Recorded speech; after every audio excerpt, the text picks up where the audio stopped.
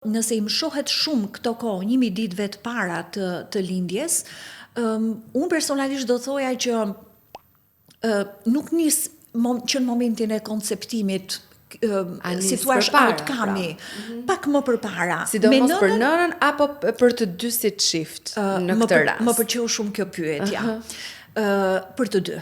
Për të dy. Nuk është vetëm nëna. Në fakt, ajo që neve perceptojmë dhe kemi që është një lloj miti, po themi, apo vazhdojmë ta perceptojmë në popullat, është fakti që nëna është ajo që në një farë mënyre mban fëmijën në bark për 9 muaj, e lind atë dhe është përgjegjëse në thojza për çfarë do lloj gjëje që ndodh. Sigurisht është figura kryesore, është figura më e rëndësishme, jo më kot është nën. Por edhe babai, po babai luan një rol të rëndësishëm në këtë pjesë. Pse? Sepse e parafurnizon me gjysmën e materialit gjenetik bebin që do të lind. Dhe sigurisht që kjo është një pjesë shumë e rëndësishme.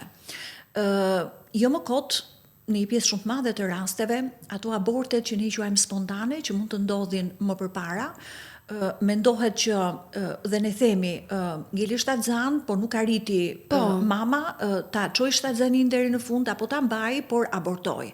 Sigurisht që mund të jetë edhe për shkaqe mjekësore që lidhen me nënën, me mamën, por në fakt evidencat e viteve të fundit kanë parë që arsye kryesore mund të jenë problematikat që ka fetusi për shkak të problemeve që ka sperma, pra spermatozoide që vjen nga babai.